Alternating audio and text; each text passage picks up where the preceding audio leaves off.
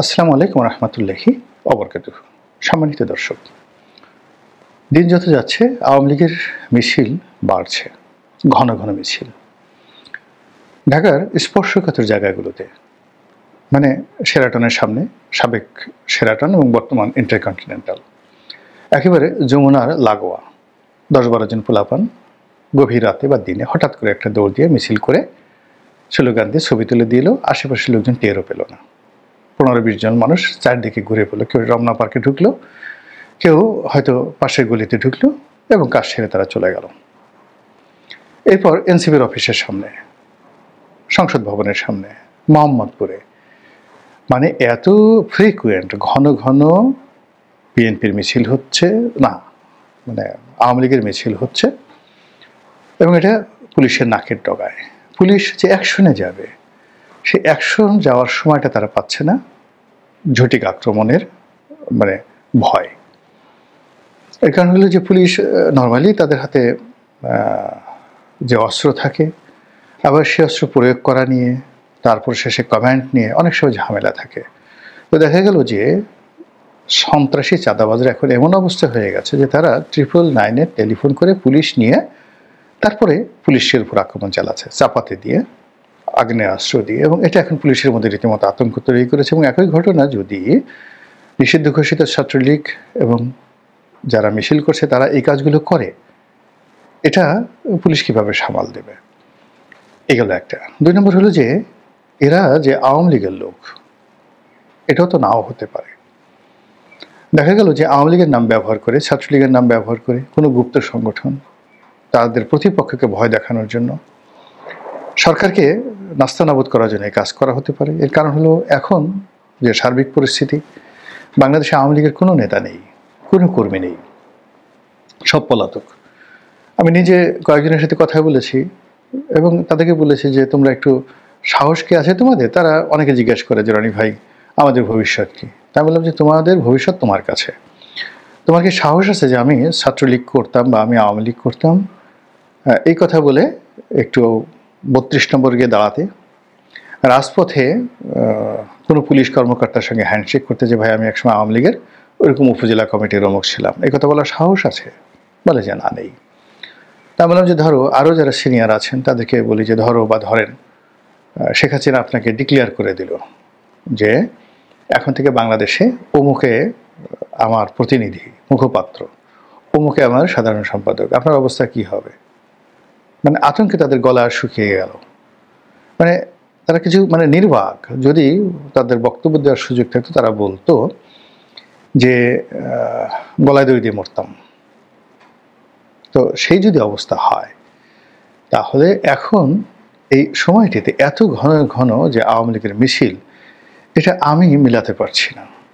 আমি বিএনপিতে আছি, আওয়ামী লীগে ছিলাম, অন্যান্য রাজনৈতিক দল জাতীয় পার্টি জামাতকে খুব কাছের থেকে চিনি, এবং বাংলাদেশে এই যে জুলাই আগস্ট বিপ্লব যারা করেছে তাদের অলমোস্ট সবাইকে চিনি, যারা ছাত্রনেতা আছেন তাদেরকে চিনি, এবং গত 1 বছর ধরে যে রসায়ন হচ্ছে সেই রসায়নের মধ্যে এই যে ঘন ঘন যে আওয়ামী লীগের মিছিল, এটা আমি আতঙ্কগ্রস্ত হয়ে পড়ছি। এটা কি আসলে আওয়ামী লীগ নাকি অন্য কিছু? কেন হচ্ছে? এই সময়টাতে কি দরকার? আওয়ামী লীগ কি মনে করে, যদি ধরুন আওয়ামী লীগই করেছে, তারা কি মনে করে যে এইগুলো করে তারা নির্বাচন বানচাল করবে? নির্বাচন বানচাল করলে কি তাদের লাভ হবে? আমি তো মনে করি না। বরং নির্বাচনে যদি জামাত আসে, নির্বাচনে যদি বিএনপি আসে, এনিথিং আওয়ামী লীগের জন্য বর্তমান পরিস্থিতি যেটা বর্তমান রয়েছে তার চেয়ে আগামীতে ভালো হবে। তো কাজে তাদের তো নির্বাচনে স্বাগত জানানো উচিত। অনেকে অধৈর্য হয়ে আর্মি শাসনের কথা বলে। বিশ্বাস করুন, আমি আর্মি শাসন সম্পর্কে আমি এটাকে একটা চিরস্থায়ী সমাধান মনে করি না। সবচেয়ে যেটা বলা হয় সুন্দরতম সেনা শাসন, সবচেয়ে সুন্দরতম, ধরেন নেপোলিয়ন বোনাপার্ট। তো নেপোলিয়ন বোনাপার্টের যে সেনা শাসন, আমি যদি মনে করি গণতন্ত্র যদি খন্দকার মোশতাকের অধীনেও হয়, তবু আমার কাছে মনে হয় নেপোলিয়ন বোনাপার্টের সেনা শাসনের চাইতে খন্দকার মোশতাকের গণতন্ত্র ফার বেটার।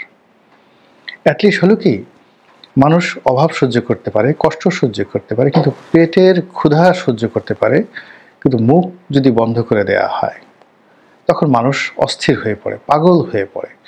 পৃথিবীর অনেক ওয়েলফেয়ার স্টেট ছিল যেখানে অন্ন বস্ত্রের সমস্যা ছিল না, তারপরে বাসস্থানের সমস্যা ছিল না, চিকিৎসার সমস্যা ছিল না, কর্মসংস্থানের সমস্যা ছিল না, প্রাইড অ্যান্ড প্রেস্টিজের সমস্যা ছিল না, কিন্তু সমস্যা ছিল গণতন্ত্রের। আর সেই গণতন্ত্রের জন্য হাজার বছর ধরে মানুষ যে হাহাকার করেছে, সেই হাহাকার স্তব্ধ হয়ে যায় সামরিক শাসনে বা কর্তৃত্ববাদের শাসনে।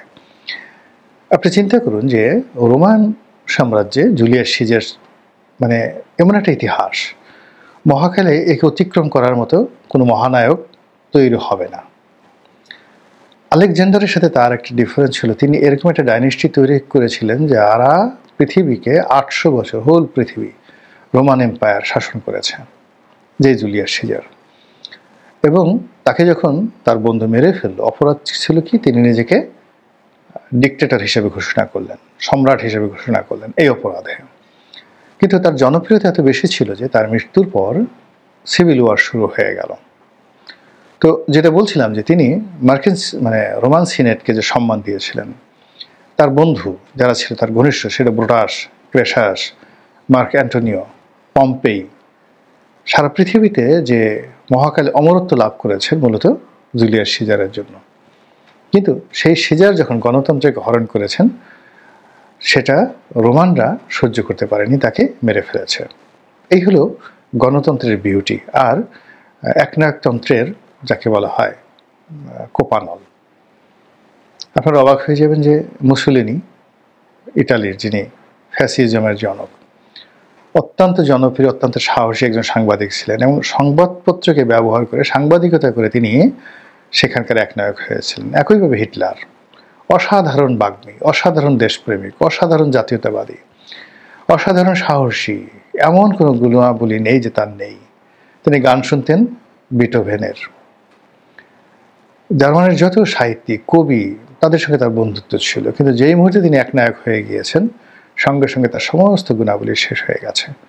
তো সেই দিক থেকে সেনা শাসন মানেই একনায়কতন্ত্র, অস্ত্রের ভাষায় কথা। আর অস্ত্রের ভাষায় তারা যখন কথা বলবে, আপনি কথা বলতে পারবেন না। Even you can not stand behind them, in front of them, or beside them. তাদের আশেপাশে দাঁড়াতে পারবেন না, একজন ক্যাপ্টেনের সামনে দাঁড়াতে পারবেন না। আপনি মির্জা ফখরুল হন আর কিংবা জামাতের আমির হন, তোয়াজ করে আপনাকে দাঁড়াতে হবে। তো এটা আমার কাছে মনে হয় যে এর চাইতে এখন ডক্টর মোহাম্মদ ইউনূস হাজার হাজার কোটি কোটি গুণ ভালো ছিলেন, ভালো আছেন। আগামীতে যদি যারাই আসুক গণতান্ত্রিকভাবে, হাজার হাজার গুণ ভালো আছেন। এই ডাকসুতে শিবির এসেছে, সো হোয়াট, শিবিরের জায়গায় ছাত্রদল যদি আসতো তাতেই বা কী হতো। বরং আমরা শিবিরের ভিপি, ছাত্রদলের ভিপি যেই হোক না কেন, তাদের সঙ্গে আমরা কথা বলতে পারি। কিন্তু ওই বিশ্ববিদ্যালয় ক্যাম্পাসে ধরুন একজন পুলিশ ইন্সপেক্টর, তাকে দায়িত্ব দেওয়া হলো, একজন ক্যাপ্টেনকে দায়িত্ব দেওয়া হলো, সেখানে ধারে কাছে আমরা ঘুরতে পারবো না। তো সেই দিক থেকে এই যে সামরিক শাসনকে যারা আশীর্বাদ মনে করছেন এবং দেশকে অস্থিতিশীল করার চেষ্টা করছেন, আমি বিনয়ের সাথে বলতে চাই যে এটা একটা ভালো সিদ্ধান্ত না। কিন্তু পরিস্থিতি যেভাবে এগোচ্ছে, সেক্ষেত্রে anything might happen any time.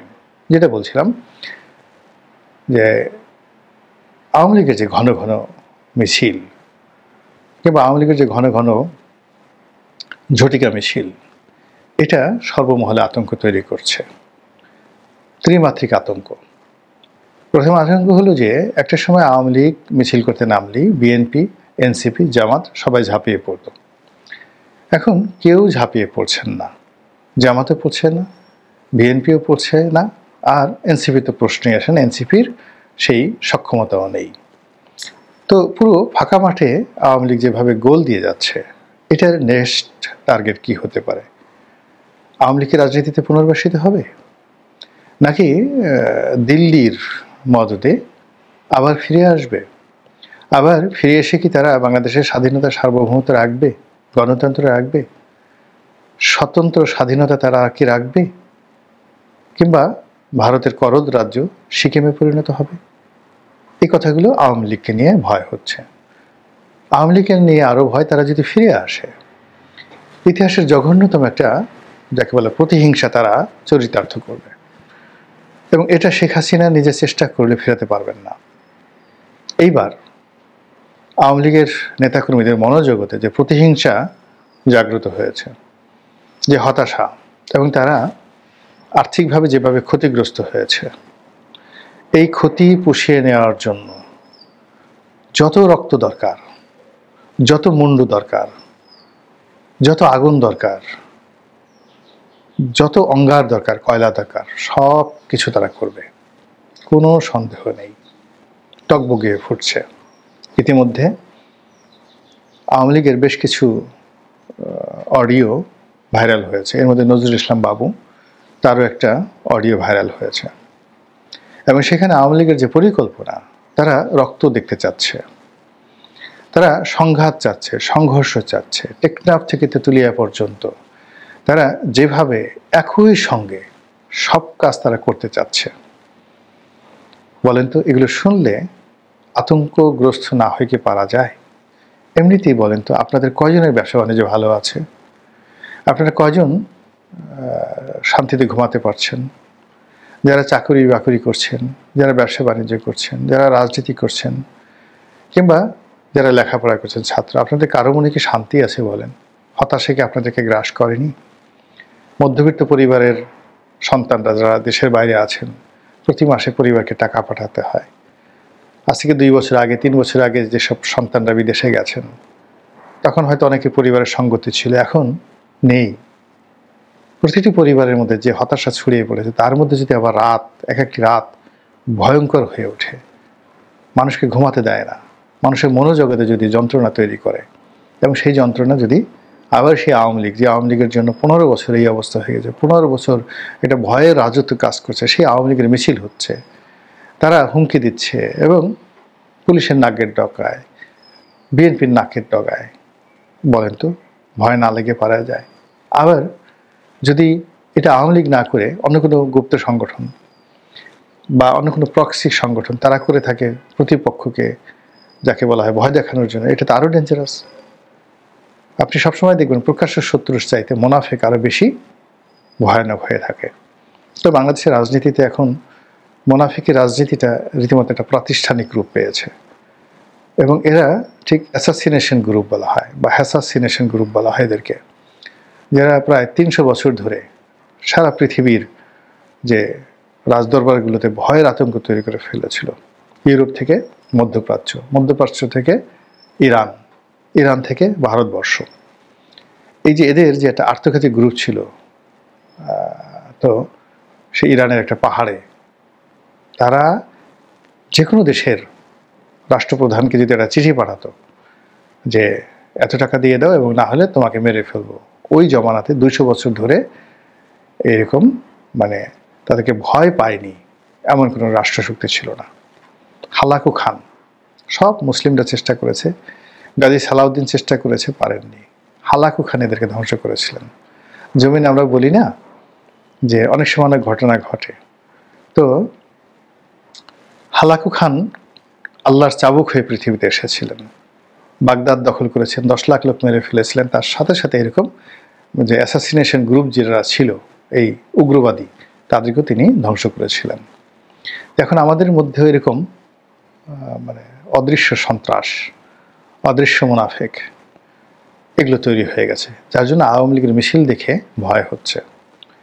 তৃতীয়ত হলো দেশের সবচেয়ে বড় সংগঠন জামাত এবং বিএনপি, এই মুহূর্তে তাদের মধ্যে যে বিরোধ, এবং সেই বিরোধে অনেক রাজনীতির নতুন মেরুকরণ তৈরি হয়ে যাচ্ছে। সাম্প্রতিক সময় বিএনপি নিজেকে অনেকটা গুটিয়ে নিয়েছে, অনেক জায়গাতে জামাতের বিরুদ্ধে মিছিল করছে, বিএনপি মিছিল করছে, জামাত এখনও মিছিল শুরু করেনি। এরপর এই দুটো ভাতৃপ্রতিম সংগঠনের মধ্যে যদি মারামারি কাটাকাটি শুরু হয়ে যায়, আল্লাহ জানে আমাদের তকদিরে কি আছে। যাই হোক, একজন সাধারণ নাগরিক হিসেবে মহান আল্লাহর দরবারে প্রার্থনা, আল্লাহ তুমি এই দেশে শান্তি দান করো, শৃঙ্খলা ফিরিয়ে আনো, এবং ভালো নেতা দান করো, অতি উত্তম নেতা দান করো, যার নেতৃত্বে আমরা এগিয়ে যেতে পারি। আসসালামু আলাইকুম রহমতুল্লাহি ওয়া বারাকাতুহু।